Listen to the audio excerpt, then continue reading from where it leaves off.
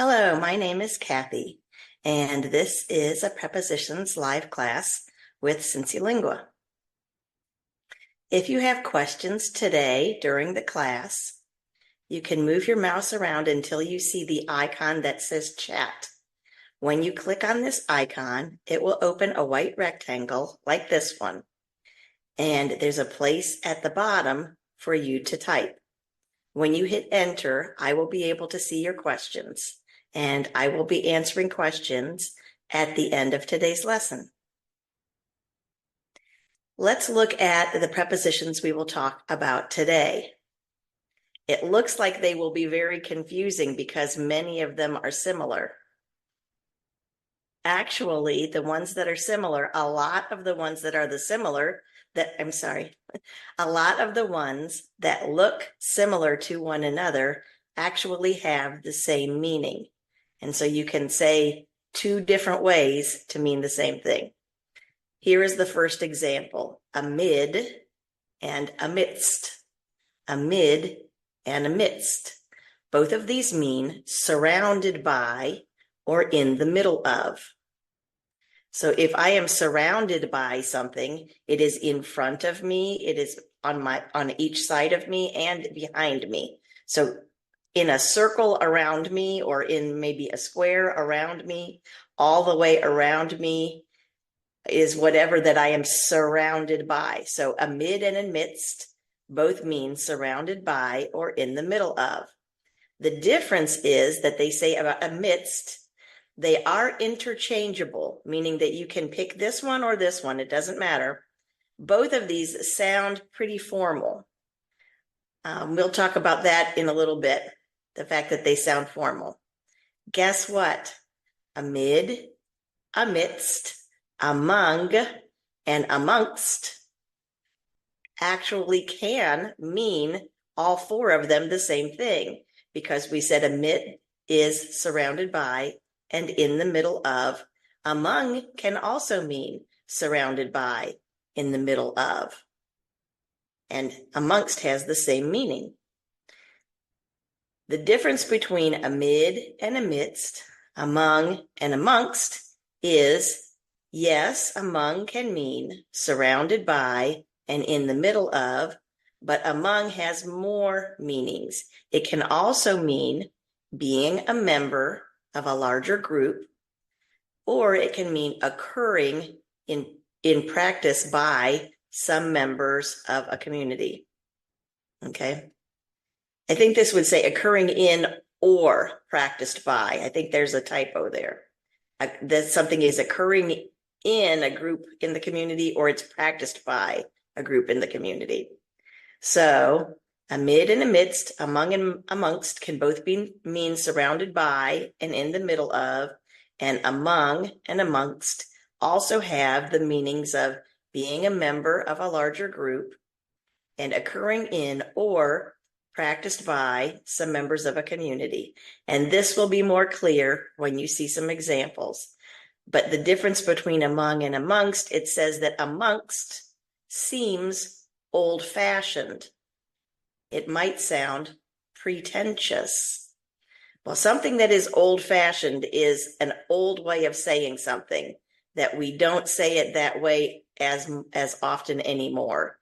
In this day and age, in the present, we are more likely to say among, and a long time ago, people would say amongst instead of among. And because it sounds old-fashioned, they say it might sound pretentious. Pretentious is a big word. Pretentious means if someone says that you are pretentious, they are saying something that they don't like about you. You don't want someone to say you are pretentious. Someone who is pretentious is trying very hard to sound very smart, is trying very hard to make other people think that they are smart, or that they know a lot, or that they are important. And they are using very many big words to try to make themselves sound important, or to make themselves sound smart. And so if you think someone is pretentious, you don't really believe they are smart. You don't really think that they are important. you just think, wow, that person is trying too hard to impress everyone. And it is too important to them that other people like them. It's not nice to sound pretentious. Again, I think once you see some examples, it will be easier to understand. Okay, beside and besides. This group is the one where they are two different meanings. They sound almost the same. Beside and besides sound almost the same. Beside means close to or next to. Besides means in addition to or apart from. So these four were all very similar in their meaning. Beside and besides do not mean the same thing as each other. Toward, towards. Toward, towards. The O doesn't really have very much sound. It almost sounds like a T and a W right next to each other. Toward, towards. Both of them mean in the direction of or in relation to. In the direction of or in relation to. They both have the same meaning. Whoops. But, sorry, I clicked by accident. They both have the same meaning, but people tend to prefer one or the other. Depending on what area of the country you live in, you are used to hearing people say toward, or you are used to hearing people say towards. And one of them usually sounds very good to you, and the other one sounds very wrong. And so there is not really a right or a wrong, but because you are used to hearing it one way or you're used to hearing it the other way, a lot of people have a strong feeling about that. And if you are in an area and everybody in that area says towards and you say toward with no S at the end, they will look at you and think, wow, that didn't sound right when you said it that way. And just the opposite. If you're someplace where you're used to saying towards and you say it with an S and people are not used to hearing that S, there are some people that will have a kind of a strong reaction and think that didn't sound right. You don't sound like you are using that word correctly. So it really depends on which area of the country you're in, which one you are used to. Now, under and underneath are similar. They're not exactly the same, but they are close. I'm so sorry. I keep moving my mouse to try to point to things and I accidentally clicking. Under means in a lower place or position. And sometimes if you say under, you mean that it is covered by something. Underneath also means to be in a lower place or position. But if something is underneath, it is at least partly covered. So part of whatever it is that is underneath, at least part of it, or maybe all of it, is covered up by something. And again, this will be clear once we see an example. Let's get into the examples here. Okay, amid and amidst. And remember, both of these mean the same thing, amid and amidst. The prisoner managed to escape amid the confusion, or the prisoner managed to escape amidst the confusion. And amidst the confusion, this just means this person is a prisoner. They managed to escape. The person was able to get out of the jail amidst the confusion. In the middle of, because there was confusion everywhere, no one was looking at the prisoner. They were all confused by whatever thing was happening. And because no one was looking at the prisoner, that was the perfect time for the prisoner to escape. Let's see another example, meaning surrounded by or in the middle of. Okay. It was hard to hear the announcer amid all the cheering. It was hard to hear the announcer amidst all the cheering. So this person is at some kind of a sporting game. It looks like they have a soccer goal up down here. And so I can see that there is a flag in the middle of the field.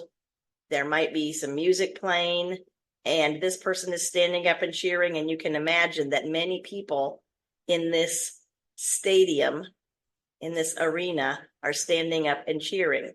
And so the announcer, the person that is explaining, and next we will have someone come to sing the national anthem or something. It's hard to hear what the announcer is saying because so many people are cheering. There is so much cheering everywhere that in the middle of that cheering, it is hard to hear the announcer's voice in the middle of. And so amid and amidst. You can see the word middle has M-I-D, middle, and amid and amidst both have M-I-D, meaning in the middle. So with all of the cheering in the big stadium, in the middle of the cheering, it is hard to hear the announcer's voice. This sentence, I feel like I have heard this sentence on the news often. And this sentence, they say it always exactly this way. The investigation continues amid growing concerns, or the investigation continues amidst growing concerns. So the investigation, what is an investigation? An investigation is when policemen, detectives, here these people are trying to get clues. They have on special clothes so that they don't accidentally have any hair come from their head onto the crime scene. An investigation is when detectives, police officers, many people like that work and try to find clues to try to figure out what happened. If it looks like in this case, you see a little bit of an outline of someone's body, someone was killed. Did the person fall and hurt themselves and they got killed? It was an accident. Did someone kill them on purpose? Exactly how did it happen, and who did the killing? They are going to do an investigation to try to find out. And so the investigation continues. So they started an investigation and now they are going to keep going with the investigation. And here is why they are continuing.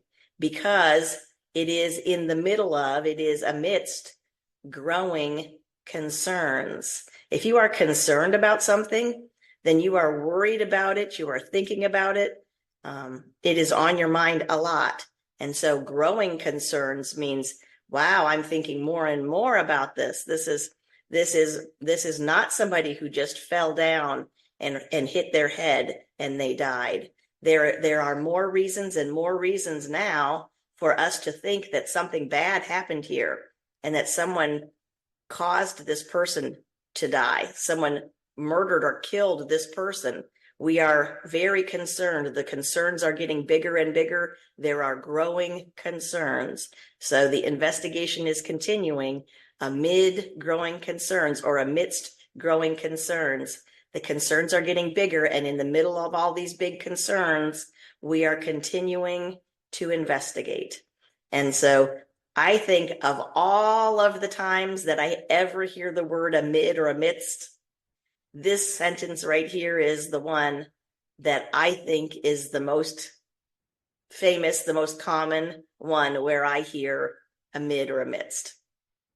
Okay, so here is another example, and you can understand this means surrounded by or in the middle of. It is difficult to find the fruit amid all the leaves or amidst all the leaves. The fruit here is surrounded, it is covered up, it is everywhere there are leaves, and they're looking. Where is the fruit? We're going to try to pick some fruit. We're trying to find the fruit, and it's like all these leaves are covering up what it is that they're trying to pick. It's difficult to find it because it is in the middle of many leaves, or it is surrounded by many leaves. And so we can use amid or amidst because they mean surrounded by or in the middle of. But if you remember, when I first started the lesson, I said among and amongst can also mean surrounded by or in the middle of. So I could say this same sentence, it is difficult to find the fruit among all the leaves. It is difficult to find the fruit amongst all the leaves. Either the amid, the amidst, among, amongst, all of those, because this situation means surrounded by or in the middle of, we could use any of those four. So the difference is that among and amongst have that meaning, surrounded by, in the middle of. It also has a second meaning and a third meaning. Let's look at some more examples. Snakes are among the animals most feared by humans. Snakes are amongst the animals most feared by humans. So snakes they are being a member of a larger group. Snakes are a member of a larger group. There is a large group of animals that humans, that people are afraid of. People are afraid of snakes. Some people are afraid of spiders. Some people are afraid of rats or mice. There is a group of animals that people are afraid of. And snakes are a member, they are part of that group. Snakes are not the only thing in that group. They are in the middle of that group. They are part of that group. Maybe they are the thing that people are most afraid of, or maybe people are afraid of other things and they're a little bit afraid of snakes. It doesn't matter. We know that snakes are in the group of things that people are afraid of. So they are among the animals or amongst the animals that are most feared by humans. There has been a rise in eating disorders among children and adolescents, or there has been a rise in eating disorders amongst children and adolescents. This may be due to the influence of social media. You can see when you look at this person's arm, it's very, very thin, that she is not eating enough food to have a healthy arm. She's too thin. And an eating disorder is when somebody would look at that arm and say, oh, I am so fat, I should not eat any more food. If she looks at her body and sees her body in a way that is not the way the rest of the world sees her body, nobody else will look at her body and say, wow, she is very heavy. But she thinks that about herself. And so the way that she has chosen to eat and drink is not something that is healthy for her body. It's called an eating disorder.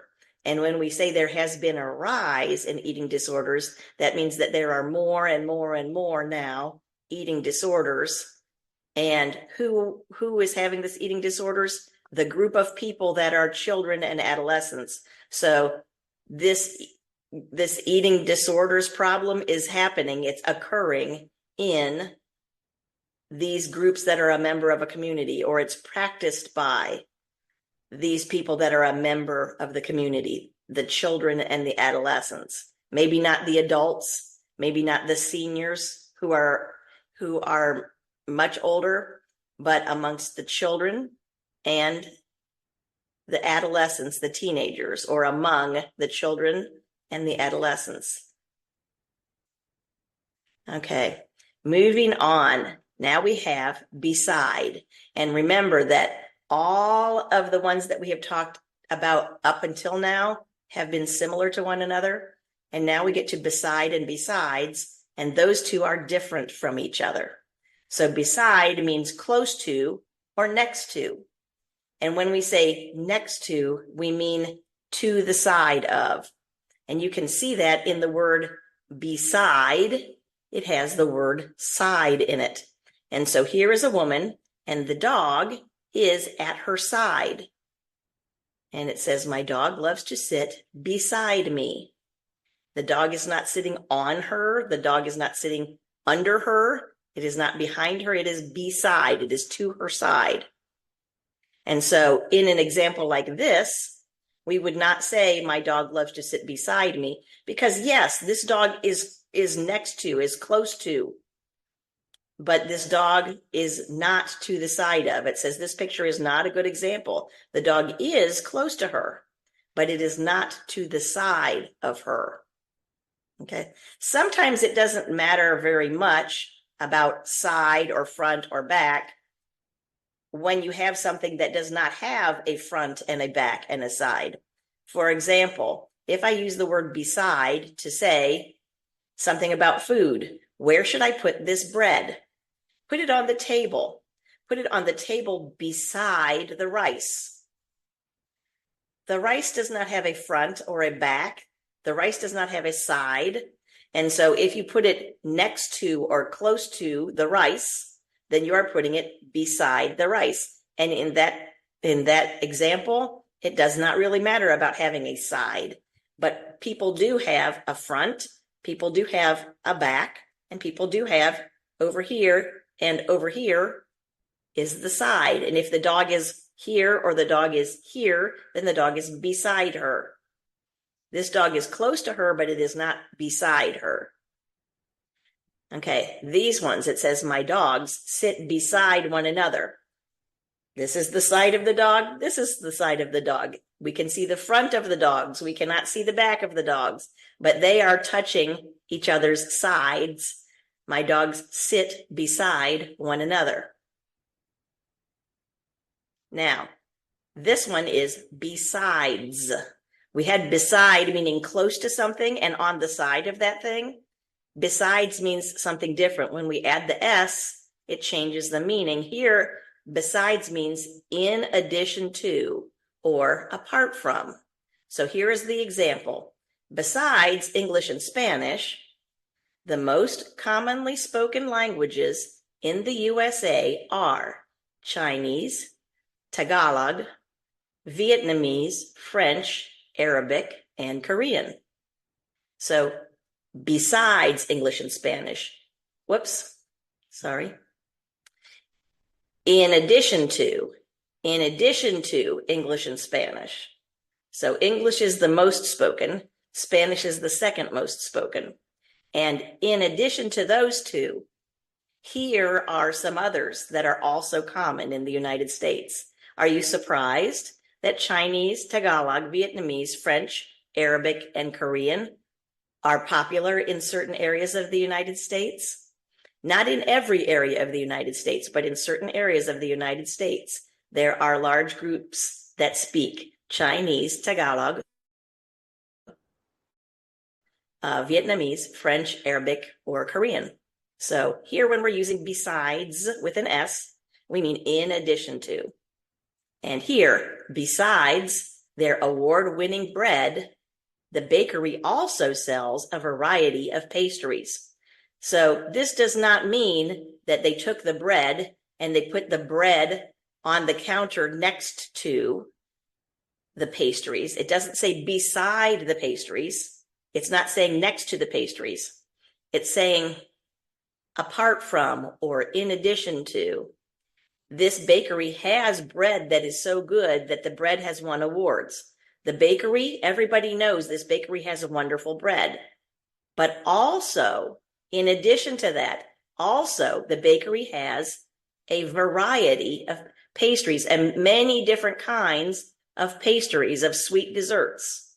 So the bakery has bread and the bakery has many different kinds of pastries. And so besides the bread, in addition to the bread, they also have pastries. Okay, toward and towards, these mean the same. And just depending on where you are in the country, different people want you to hear you say toward, or they want to hear you say towards. We drove toward the mountains. We drove towards the mountains. This means in the direction of, or in relation to. They're going in the direction of the mountains. They're going towards the mountains. The toddler is walking toward or towards his mother. And toddler here means a child that is learning to walk. That's why we use the word toddler. If you toddle, it means instead of just walking very easily, like an adult walks, someone that toddles kind of tips back and forth and maybe falls over. So if you're a toddler, you are still learning how to walk. Now here, in the direction of, should we place the chair so that it is facing toward the TV or toward the fireplace? Should it be facing towards the TV or towards the fireplace? I need to put this chair in the room. Which way should I turn it? Should I turn it toward or towards the TV? Should I turn it toward or towards the fireplace? Which way will it be in the direction of?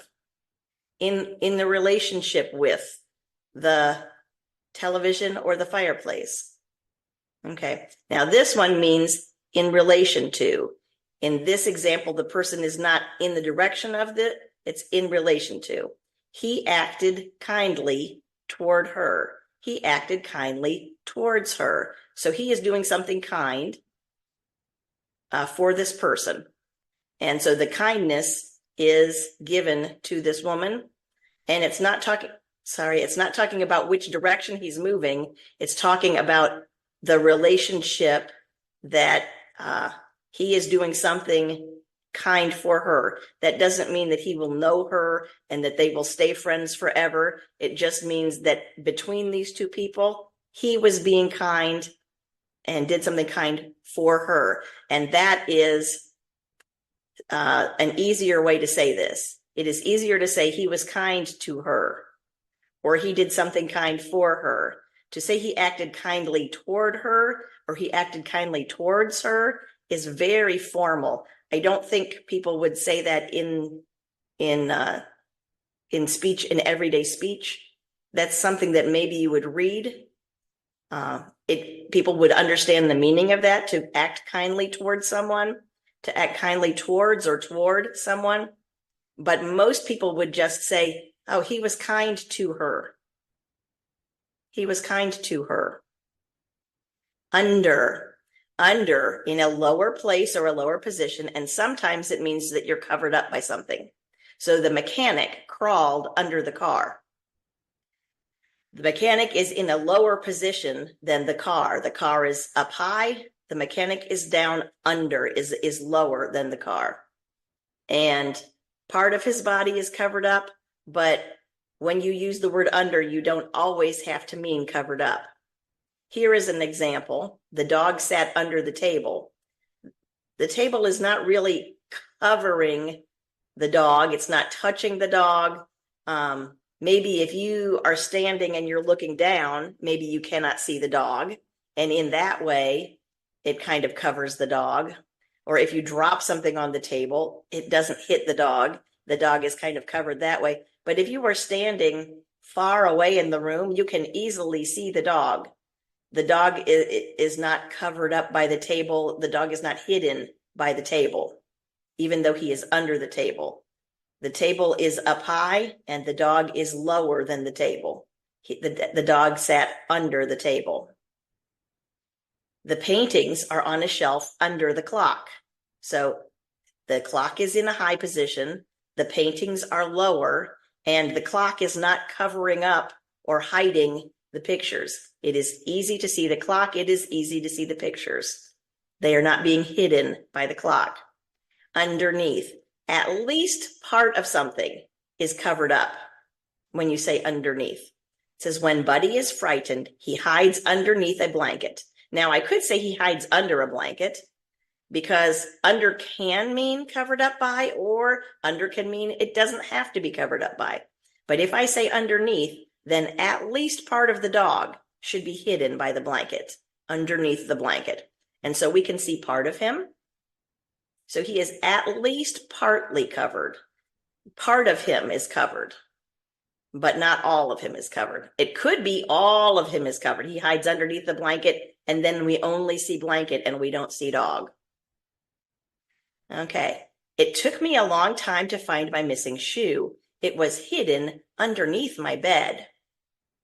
When I'm looking for my shoes and I'm looking everywhere in the room, and then I have to get on the floor and I have to lift up the covers of the bed to see the shoe, because the shoe was covered. The shoe was hidden by the bed. There was no way for me to see the shoe until I lifted up the blankets of the bed. It was covered. The whole shoe was covered. And so that's why I would say underneath instead of under. Under is okay. It was hidden under my bed. But when I say underneath, I mean the whole thing is covered. The whole thing is hidden. Today will be especially cold. I will wear a turtleneck underneath my coat. Underneath my coat. So at least part of this turtleneck, we call these kind of a shirt, a turtleneck. You look like you could duck your head down and hide your head the way that a turtle would hide. A turtleneck, at least part of this turtleneck is covered up by the coat. Okay, so we can say underneath. So let's do a quick review. We said amid and amidst can mean the same thing. To me, both of these sound formal. I would maybe put those in writing. I don't even think I would use them in writing unless I was really trying to be formal. But they mean surrounded by or in the middle of. Among and amongst mean kind of the same thing as amid and amidst, but they have some extra meanings. Being a member of a larger group, like the snakes were part of a big group of animals that people are afraid of, or something that is occurring in or practiced by some members of the community. So among all of the people in the United States, the children and the teenagers were having an eating disorder. Not everyone in the United States, the children and the teenagers. So in the middle of all of the people, it was the children and the teenagers. And so there was one question asking with amid and amidst and among and amongst. We did say some people, if you say amongst, some people will think you are just trying to sound too fancy. You are trying to sound too intelligent, that one doesn't sound good to a lot of people because it just sounds too old-fashioned. But between amid and amidst and among, which one do I say was the question. And actually I would say, because I don't have a lot of times that I have to write something that is very formal, I don't say any of them. Instead of saying amid or amidst or among or amongst, I would probably say in the middle of. It is hard to find the fruit in the middle of all these leaves. So it's good to know the meaning of these. I personally don't say any of those four very often. Now, beside and besides, those I do use. Beside meaning close to or next to, especially meaning to the side of. And then besides meaning in addition to. So there is this one thing, and then there is also a second or third thing. Okay, besides. Toward and towards means the same thing, going in the direction of. Which one do you use? It depends on where you live. I have gotten so used to being around people from so many different areas that I go back and forth between toward and towards. Just because I've been around people that like toward and I've been around people that like towards. And so I switch pretty quickly back and forth. Under and underneath, the difference being under means that you're down low and something else is higher than you, and maybe it covers you and maybe it doesn't cover you. But if we use underneath, something is up high and you are down lower than that thing, and whatever it is that is higher than you has to cover at least part of you. So that is the differences that we have. And I don't have any other questions, which is good because I'm out of time for questions anyway. We had a very busy class today. I really, really appreciate having you. Thank you so much for joining me for this live class about prepositions. And I hope that you can be part of the next live class from CINCILINGUA.